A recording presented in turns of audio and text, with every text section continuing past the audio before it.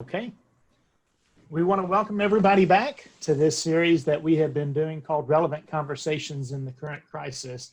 And as we have said from the very beginning, the whole purpose of this was to really try to create an online forum, an online community where people can come in and they can participate and share and hear conversations from all different kinds of perspectives so that we can understand what everybody is having to deal with, not only in the world in which they live immediate, but also things that are going on in the rest of the community and how everybody is having to face this crisis. And hopefully by participating and sharing in this conversation, we get to broaden our perspective. We get to understand things and see things that maybe we wouldn't ordinarily get to see as we try to share everything that we're all facing. And so we're trying to empathize, we're trying to understand, we're trying to cope, we're trying to learn from one another. So we have a very special conversation scheduled for you today with Miss Leslie Smart, and she's with us, and we want to appreciate her taking the time to come be with us today. And Leslie is the president of 6 foundations that are across Kentucky and Southern Indiana that are the CHI St. Joseph Health Foundations. And so these are supporting organizations to the hospital. And so we're going to get some perspective, not only from the hospital side, but also where these foundations fit in and some of the challenges that they're facing as well as we deal with this landscape that we're all having to live in, this new norm, this new world, and we're still learning things as we go day by day. So Leslie, thank you so much for being with us today and wanting to share with us. We appreciate you being here. Of course, happy to be here. Thank you. So how about you kick us off by helping us, number one, just in case someone is not familiar with the healthcare foundations, help us understand a little bit about the foundations themselves. And if you don't mind a package with that, help us understand not only your role with those foundations, but why are you the president of these foundations? What is it that drives you to serve in these foundations, if you don't mind sharing that with us too? Thank you, Mark. Certainly. So our role is pretty simple. We are the philanthropic arm that supports CHI St. Joseph Health, and we are the largest, most comprehensive healthcare system in the central eastern part of the state. We have 135 locations in 20 counties, and that includes 7 hospitals that are freestanding, and our continuing care hospital, which is within the walls of St. Joseph Hospital, ambulatory care facilities, physician groups, clinics, primary care, urgent express care, and we serve 35 counties across the state, and we've received a number of distinguished awards in cardiology and orthopedics and stroke care. Many of our hospitals voted best places to work by the Kentucky Chamber. But also we're very committed to building healthy communities, and we really embody a strong mission, and we are a faith-based organization and love to work in partnership with other nonprofits in the community. And we truly are following in the footsteps of the Sisters of Charity of Nazareth and their mission to provide compassionate care to the poor and underserved. And we still carry out that tradition today. We think of those as vulnerable populations. They don't necessarily have to be poor. They could be vulnerable simply because of a language barrier. But I joined the organization nearly 5 years ago. It was actually a fluke that I did that. I was with a healthcare system that I had strong family ties to. My father served as chair emeritus of the healthcare system that I served for in Louisville for 10 years. But I had a couple of hats that I wore. I was very involved in the Catholic Church and the Archdiocese, and also served as president of the Association of Fundraising Professionals local chapter. And often I would receive calls from individuals wanting to vet candidates by me for a role. And so our former Lieutenant Governor's wife, Madeline Abramson, who I adore, reached out to me and asked if I would sit down with them and take a look at candidates that they were considering for a role to actually lead the 6 foundations across the state. And when I went and met with them, next thing I knew, I was considering the role. And so I took a leap of faith, but truly did that because of the work of the Sisters of Charity of Nazareth.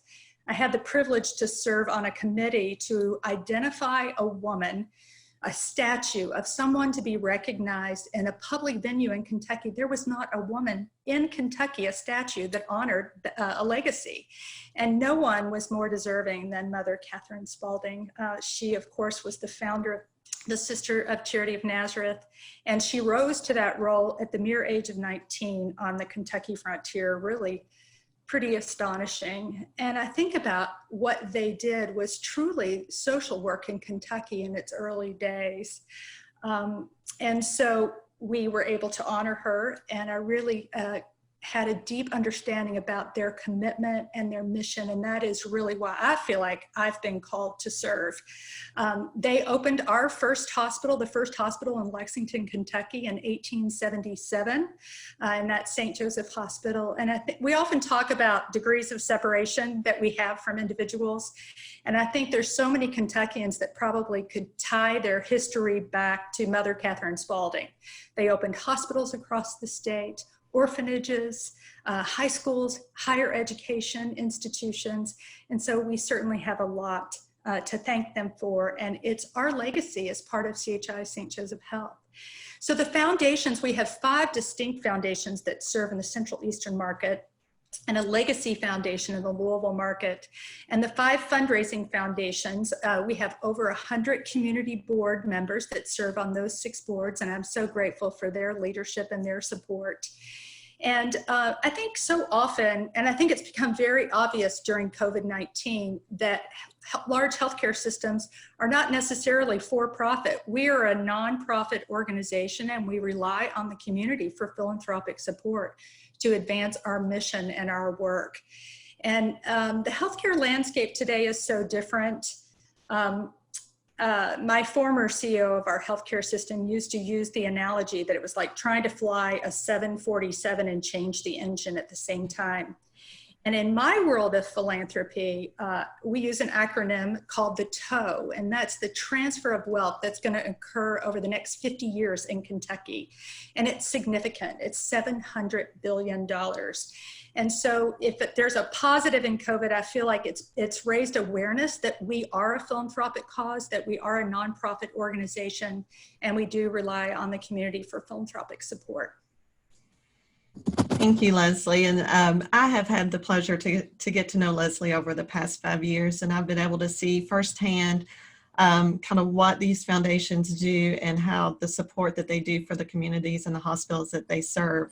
A lot of them are very near and dear to me, some of the programs. So, you know, you had a lot on your plate before COVID-19 even hit. So what are some of the funding priorities that you guys have that you were working on before all of this even happened? Mm-hmm. Well, I always think of what we do in philanthropy really in 3 buckets. The first bucket is program support.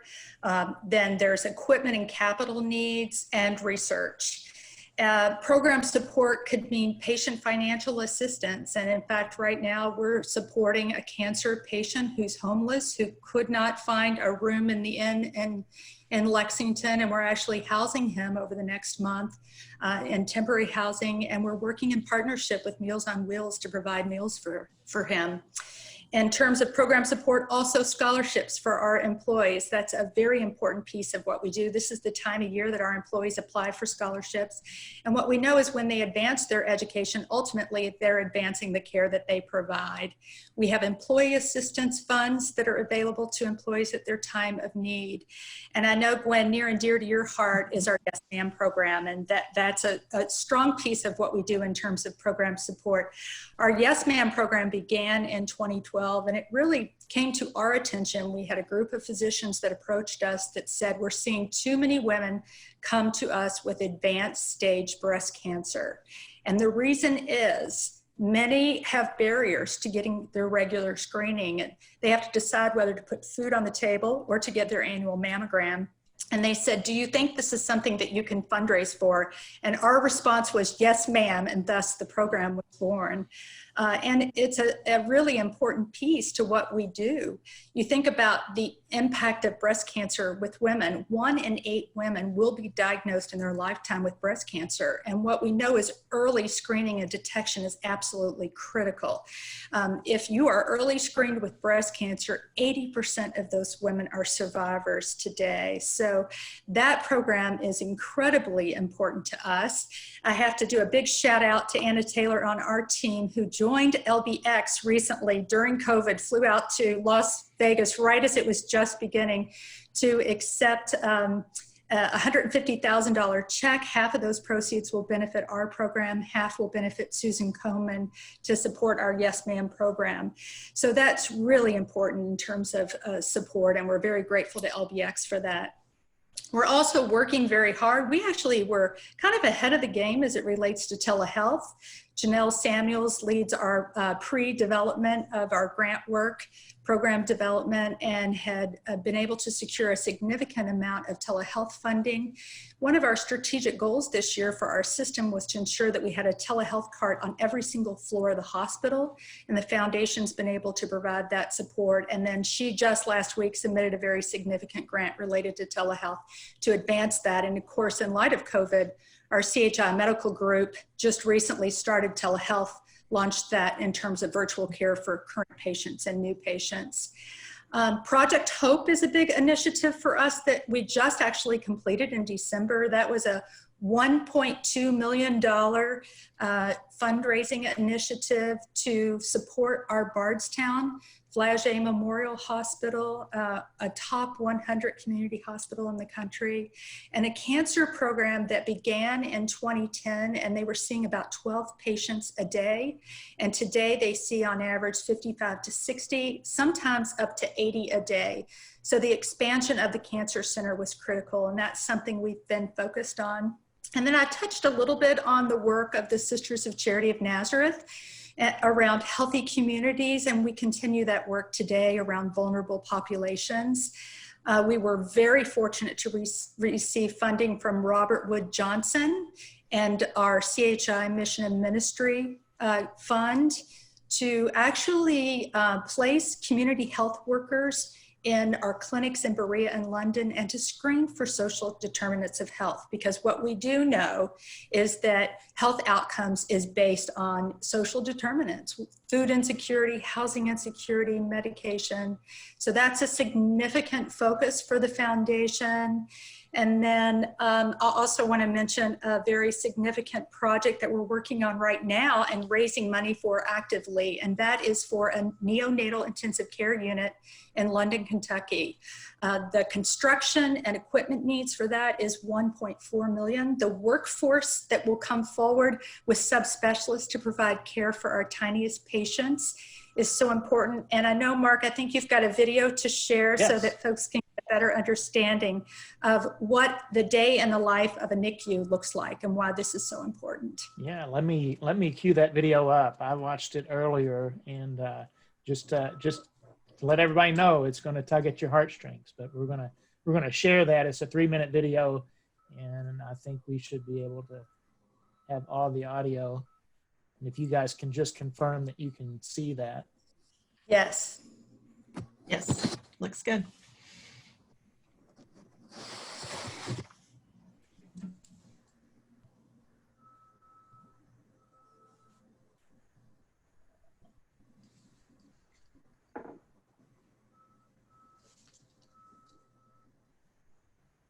I think we can hear the music. Hey, Mark, we don't have any audio to it. No audio? Hold on just a second. Give me just a second.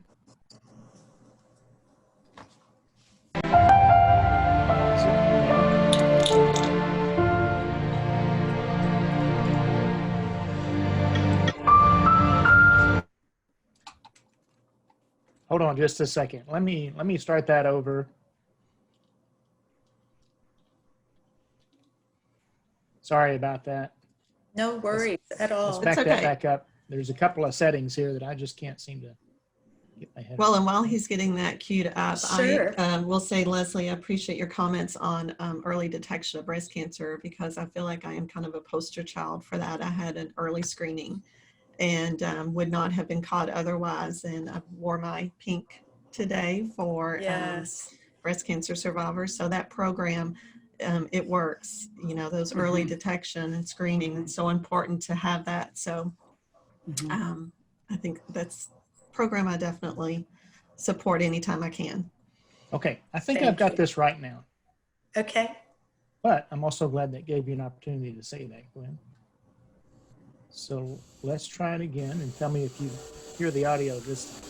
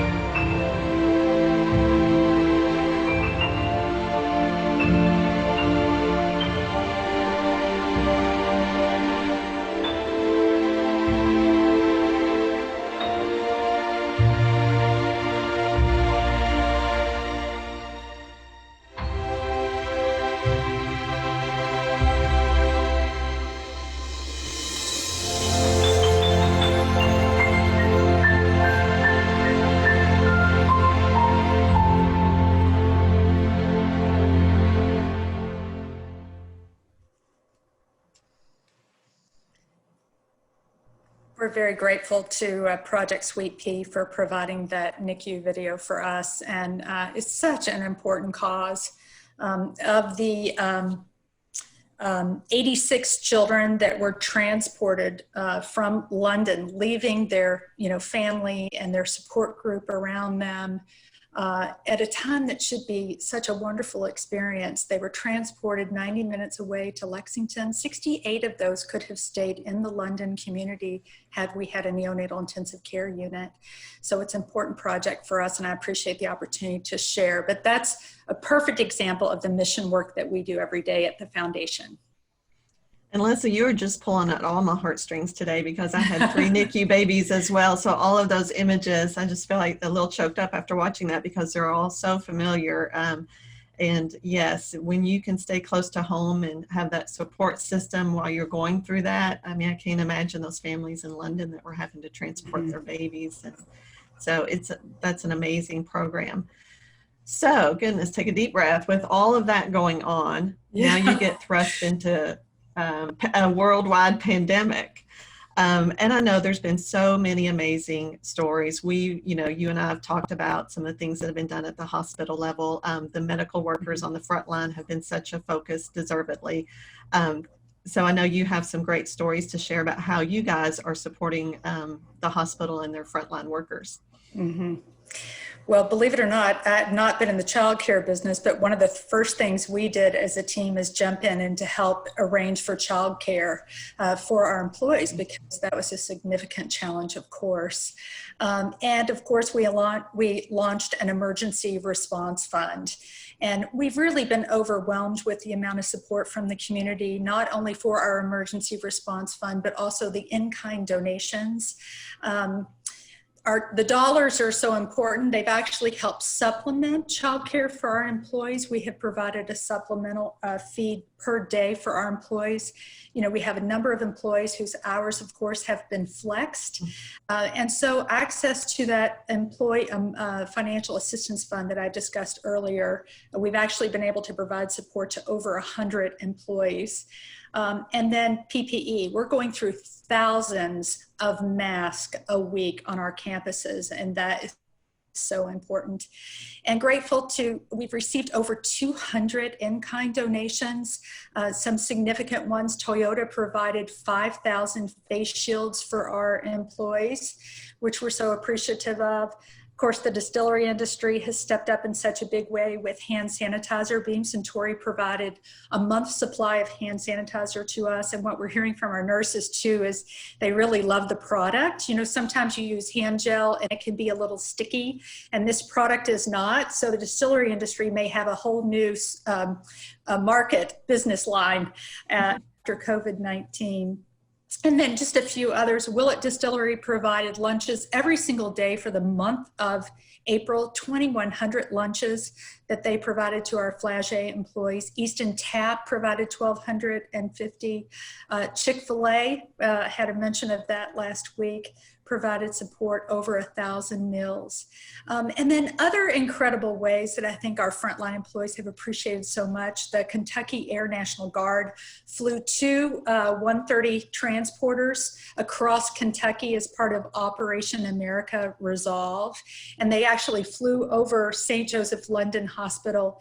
And I know that meant so much. A kind of a theme of May the Force be with you, to let our frontline employees know. And then from a mission perspective, actually the foundation has been supporting our mission integration and our chaplaincy team by putting care packages together for families. Many of you all may have seen my e-newsletter last week. Amy Hillemeyer and Stephen Hillemeyer shared their story. They had gone to Mary Queen, where Amy's children go to school, and with the support of their principal, gathered up Lysol wipes and hand sanitizer, had met me at the hospital to deliver them, and then drove to get lunch and check on the house that they're building. And Stephen went up on the roof and actually fell and dislocated his shoulder. And Amy texted me to let me know an ambulance was on its way. And I said, what can I do to help? And she said, well, you can come by the hospital and pick up the boys because I'll need to be with Stephen. And I had to say, well, gosh, actually, you're not going to be able to go into the hospital. And so in fact, I brought this with me to share. We have these little tent cards that go in the front of cars so that our chaplains are doing parking lot ministry now, and they can walk by from car to car and know who's waiting. And just a nice little card with a number for them to call, and then a prayer. You know, we are a faith-based organization, and we believe strongly in the power of prayer. So that's been so important. What's been different for us, very different, is just the environment in the hospital. Of course, it's quiet. And then our volunteers are missing. That's a big piece. I have the privilege of overseeing our volunteers as well. We have over 468 volunteers. They provided 35,000 hours. And of course, they were at an at-risk population. So they have not been with us since March the 10th, but they're still very involved, writing cards to patients and our caregivers. So we're immensely grateful for that. You know, I know for me personally, when just listening to you explain a number of things that have to continue to go on, I think maybe sometimes we think simply because we're so focused on the COVID patient that we forget about all the other patients, and we forget about all the other things that still need to continue to go on.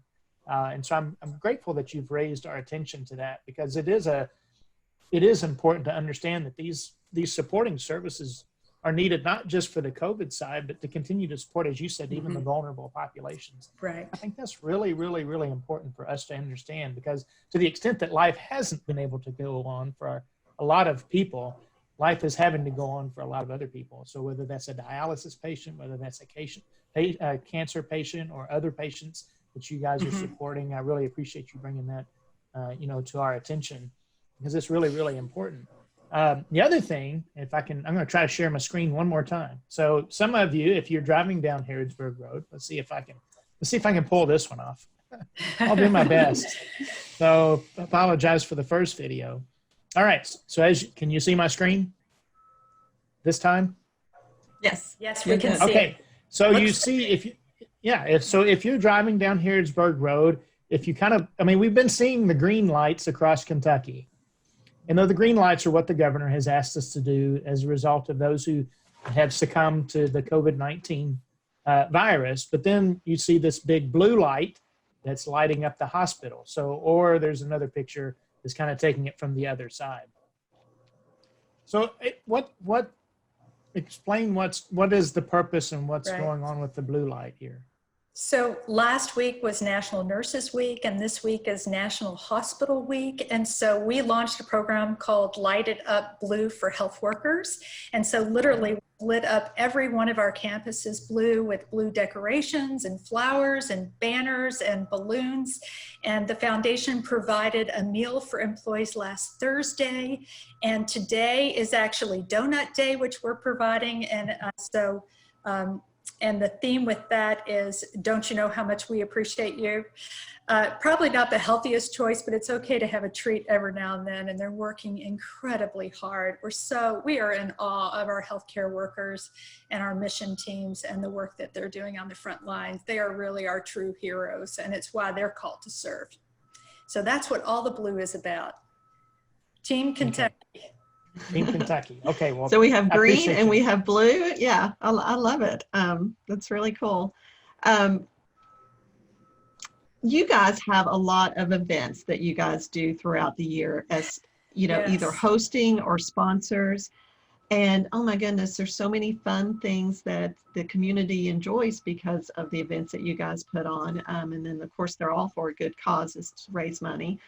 So how are your events going to be affected this year?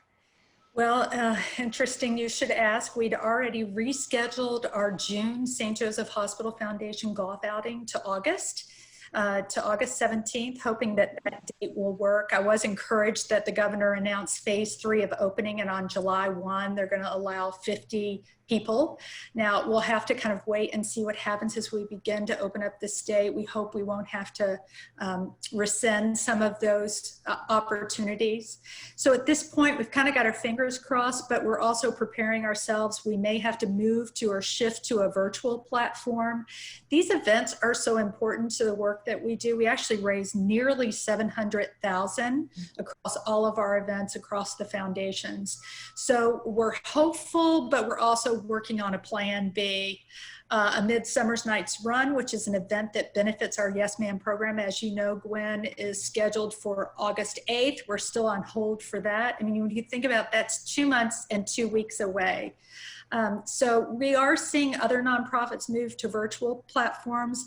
And then also we'll have to, just ensure that we're continuing to reach out to donors. These programs have to go forward. They're too critical, too important. It's about saving lives. And so we're just kind of at this point, kind of a wait and see. Well, every business and every nonprofit, I don't know that this really hasn't touched and affected, just everybody across the board. We're kind of dealing with it. And fortunately for our firm, we see both the business side, we see the nonprofit side too, because we have a healthy mix of those clients. And so we're conscientious of business needs. We're conscientious of some of the stories that have been shared with us from the nonprofit community because they're struggling. They're trying to, you talked about how you're having to shift, with your programs, you're having to make a shift to see just almost kind of a wait and see to see what's going to happen. So what are the opportunities that, for those who are listening to us right now, what are the opportunities right now that we, rather than waiting for your August 8th or rather than waiting for anything that might get pushed off into the future? I mean, there's needs that need to be met now. And of course, there's future needs too. So if you could kind of weigh in on both, what can we do now? And then what do you anticipate your future needs being that we can also be conscientious of and thoughtful and mindful as they approach? Thank you. Well, I'll start with a call to action. For those interested in making a donation, they can visit chistjosephhealth.org/ways to help. And saint is spelled out. It's the feminine saint for the Sisters of Charity of Nazareth. So obviously immediate needs around PPE. So any donations that we receive actually will be a match towards a FEMA grant that our team's working on right now. And so that is really a critical need. I mentioned we're going through thousands of masks a week, and so that would be tremendously helpful. Our other, of course, strong fundraising initiative right now relates to our neonatal intensive care unit in London. And so that is a very important initiative for us. And then we always have needs as it relates to cancer. And in particular, our team looking to the future will be very focused on a cancer fundraising initiative in the Lexington market. I think we're very fortunate that we have full accreditation from the Commission on Cancer.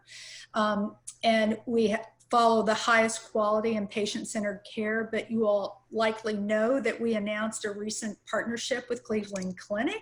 I mean, we have been providing cancer treatment and care for over 40 years, but now we're even stronger with that affiliation with Cleveland Clinic. They're certainly nationally ranked, and we have now access to second opinions and access to breakthrough treatments that we've not had before.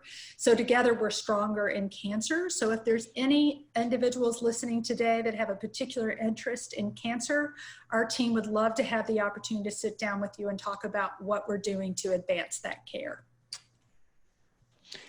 You know, something just dawned on me, and there's a phrase that I want to throw out here because we think of it quite often with someone who has absolutely put themselves in harm's way, someone who maybe not getting any sleep, working very hard to be a caretaker to someone.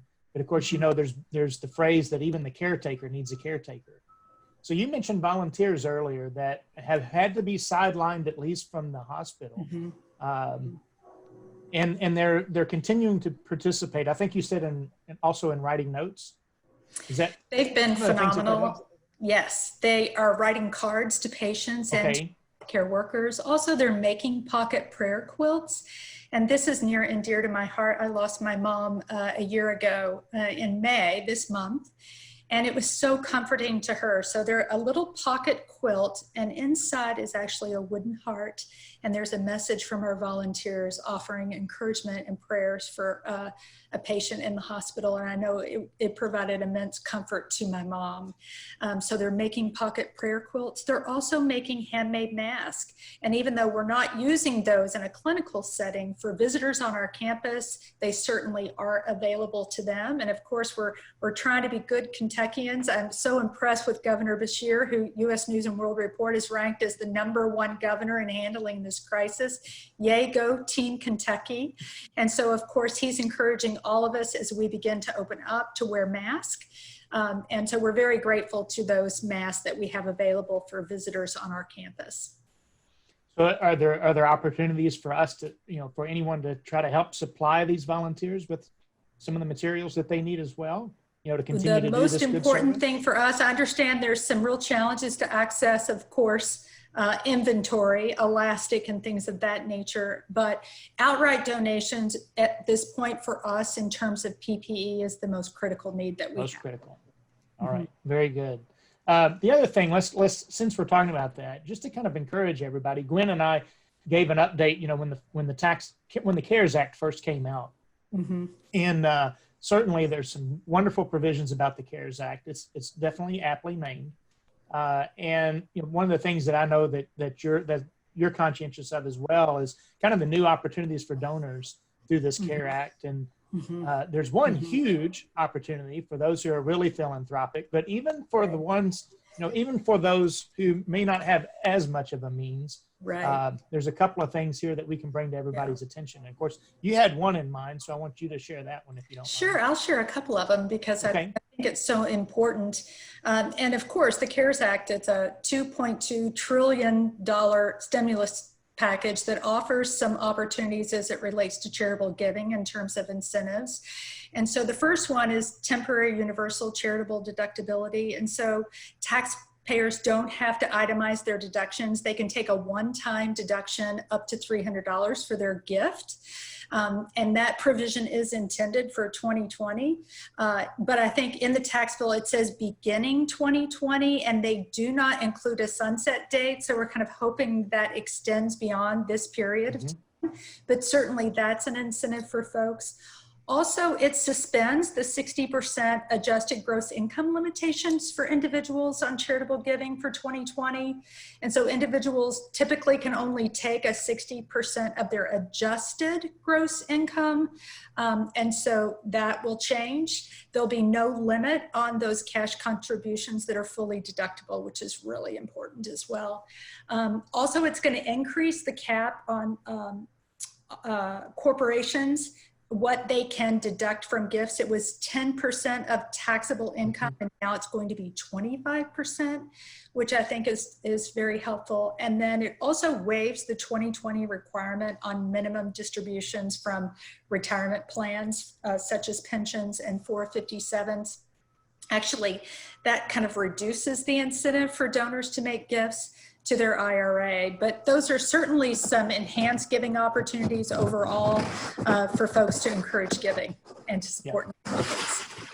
Well, I think it's important because you know with the CARES Act, you've got the spectrum here that's really covered. And I think Gwen and I, when we first saw the $300 above the line deduction, we kind of scratched our heads about it. And at first we were like, who came up with that? Because it didn't really seem to make sense on the surface.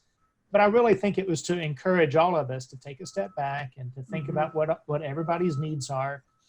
And $300, I'm sure, is a lot for some people, but for a great amount of the populace, general populace, you know, that $300 isn't too much to ask. And so they can take advantage of that, and they need to think about, you know, how we can best position ourselves to be philanthropic at whatever level we can be philanthropic. And that's really important. So this is, you know, so as much as you want to, certainly for your organization, you're a call to action for your big, very healthy donors. But I think none of us need to discount the fact that, you know, even the rest of us can kind of step in and help as well. And so I just want to encourage everybody to think about that and do that. So I appreciate you bringing all of those back to our attention, because those are things that we've covered several weeks ago, but they're very much worth the time to revisit. So I appreciate you doing that for us. Well, and those are things that are going to be an immediate, you know, 2020 benefit, if you will, to giving. But, you know, we think about what a post-pandemic world is going to look like. And I know you have served in the fundraising associations and president even in Louisville for several years, where you've looked at nonprofit giving for a long time. What do you think is going to look like, you know, over the next few years after we kind of get past this crisis situation? Do you think how charitable giving will be impacted? Well, I think it's really important that you ask that question, Gwen, because I think we are looking at 1 to 2 years. This is not going away anytime soon, and we certainly know that. We have hope for winter, the llama. I don't know who's been watching that scientific research that's being done. Certainly that is our hope, but it is going to have an impact. I think one of the most important things that I've seen nonprofits do is they think, oh, now is not the environment. And so they stop fundraising. And we saw that in 9/11, and we see that with natural disasters. And every time those organizations take that approach, they do the worse. So the most important thing is that we absolutely have to be focused on fundraising. The other thing is to be open and transparent with our donors and our volunteers, and you know, they're going to understand we're in a tough spot, and if we don't have philanthropic support, it is going to impact programming. And we know people want to help. I know how I feel when I'm able to provide support and how important that is for me. The other thing is, you know, for nonprofits to really focus on developing an action plan. I'm trying every week to come up with something that has to be addressed. I think it's so easy in light of the pandemic to get into the trenches, and my team will tell you I do that a lot. They have to help pull me out of the trench, but to stay really proactive and develop an action plan that kind of keep you on track. And then there's no question that donors want to be communicated with. And so we need to really take a deep dive and understand which donors are going to be impacted that may not be able to provide support to us that have in the past, who have capacity to give more and would be willing to give more. And so making sure that we're communicating with our donors. And I just want to say thank you to you and Mark for giving me the opportunity to even share this today and to, of course, carry our mission and cause forward. I do think you bring up a very good point that there are a lot of people willing to step up and give, and that have capacity, and that this doesn't affect everyone in the same way. And sometimes if they don't know a specific need, or if they're not asked, then, it's difficult to know where your dollar is going to benefit. So I think the point of not pulling back on your fundraising efforts is very valid, because our immediate probably response is, well, people are suffering and we certainly don't want to continue asking, but you need to, you do need to. I think that's an important point for all nonprofits, is that come up with a plan, be very specific about what your ask is, and then continue moving your programs forward as best you can. And Gwen, the number one reason someone doesn't give a gift is because we didn't ask. So I'm so glad you said that. Well, speaking of which, so tomorrow, the Kentucky Nonprofit Network, I guess, has been responsible for getting another day put on our calendar. So tomorrow, right, from what I understand, is Kentucky Gives Day. Is that correct? That is correct. And Daniel does such a phenomenal job with the Kentucky Nonprofit Network. I'm really in awe of her. She's out there front and center on the advocacy piece and really guiding and directing us. So she does an excellent job. We actually are not participating in tomorrow's Kentucky Giving Day, but it is Kentucky Giving Day. So for those that are supporting CHI St. Joseph Health, I would encourage you to consider making a donation to our emergency response fund. We are beginning to open things up, and of course PT and other services have resumed and will continue to resume, but COVID is still present on our communities. And so folks that care, we know Kentucky cares in such a big way. This is such a generous community and a generous state, and we're doing all the right things. So we certainly appreciate any consideration someone would have to support our emergency response fund. And again, at chistjosephhealth.org/ways to help. Okay, well, for everybody listening, we always make our notes available when we go to distribute the videos or the recording of this, whether that be on Facebook, whether that be on LinkedIn or YouTube, or even on our website, where everything is just happening to land there. We will make these kind of links available so that people understand how they can give and how they can get in contact with you if necessary. So any of those links that you'd like to share that are specific to ways in which they can give, if you'll make those available to us, we will. We'll make sure that rather than having to go back and re-listening to the recording, that we make it easy for them, and we put those links out so that they can click on those and be able to support you in every way that they can. So we will make those available. We will definitely make those available.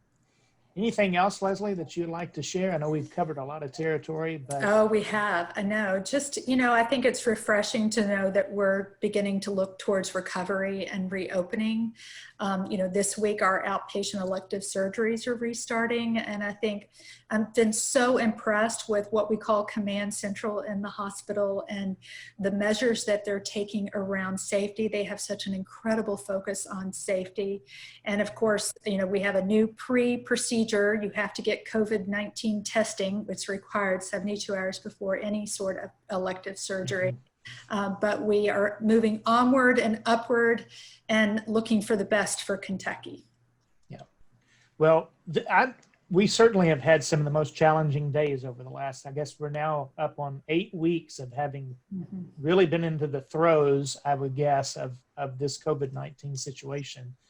I think maybe some people are breathing a little bit of a sigh of relief, because we know that there are steps that have been outlined for us to move forward in phases, but that doesn't mean all the challenges are over. In fact, it probably will create new challenges in ways that we hadn't thought of before, even at the hospital level and otherwise. So we all just need to be mindful, for sure, of keeping a very open mind, keeping a very open heart and compassionate heart toward all the changes and challenges that may even yet to present themselves. And certainly we want to keep people apprised of those as those happen, even within your organization too. But we're not out of the woods yet, but I think we have some clarity a little bit, at least, about some paths that we need to take. I think it's just really important that we all continue to stay very focused on ways in which we can serve, ways in which we give. And this kind of forum is really important to us, because this is how we get the word out. and how we feel like it's important to shine a spotlight on various areas within our community where the needs are the greatest. And so we're glad that you came on board with us today. We're glad to have you in this time. And of course, we know your personal life has to be affected by this all. I can only imagine how much you're trying to do and how much you're trying to manage. And as you said yourself, you find yourself getting in the trenches and you're having to have people kind of pull you out. But just from a personal standpoint, if you don't mind sharing with us, what's been, some of the biggest takeaway for you just in your own personal life as you're having to see the landscape that's out there from your end of the spectrum and just how you're having to manage and deal with life yourself. Well, I am fortunate that I have an incredible support system around me and frankly, an incredible staff at the foundation that have really jumped in. We have found ourselves picking up PPP all across the state. And of course, we've had donations that have been coming in and that's been significant. From a personal level, I've had my husband working from home with me for the last 50 days. And that is actually going very well. He literally dresses every morning and goes down to his office. I see him at lunch and I see him at dinner. So really our routine hasn't changed too dramatically, but really grateful that, I've been available. I don't have young children at home anymore. And so we've been available 24/7 to support the team at the bedside. And that's where we've needed our focus to be. No, we appreciate you being there for sure. Thank you so much for having me. We appreciate the you're opportunity. Welcome. Absolutely. Wear your mask. Gwen, any parting words? No, just thank you so much, Leslie. I know what your organization does, especially during this critical time. It's great to spotlight all of your needs and kind of where you guys have been, your attention has been put. And I think you guys are doing a fantastic job and, just keep up the good fight. Thank you. Absolutely. We're glad to bring everybody's attention to it. We will put these links out. So we try to get as best as possible, everything uploaded, everything out within a 24-hour period. So maybe even later tonight, if everybody will go check, Facebook or LinkedIn or our personal website or our YouTube channel, those links will be available so that you can go ahead and start using those and planning for now and planning ahead. So Leslie, again, thank you so much. We again want to take this time, as always, as we conclude these sessions, to just be grateful for the blessings that all of us have. Those that certainly are able to enjoy good health right now, as you know, and as you see every day, there are many people on the other side of that that are not enjoying the health that we're all getting to enjoy. Mm-hmm. So let's be mindful and conscious and understanding and patient with each other during this time. Certainly, we have a confidence level in trying to get back out into society that's going to be really important as we all kind of mind our own lives and be conscientious of the lives that are around us. And we certainly want to continue to have everybody in our thoughts and in our prayers, and especially those that are on the front line. So thank you for bringing that to our attention today. And we want to wish everybody a great rest of the afternoon. And we're all in this together, as we talked about. And let's try to find every way in which we can to serve others during this time, and always, of course. So again, thank you, Leslie. Thank you, Gwen. Everybody else have a great rest of the afternoon. Bye-bye. Thank you. Bye.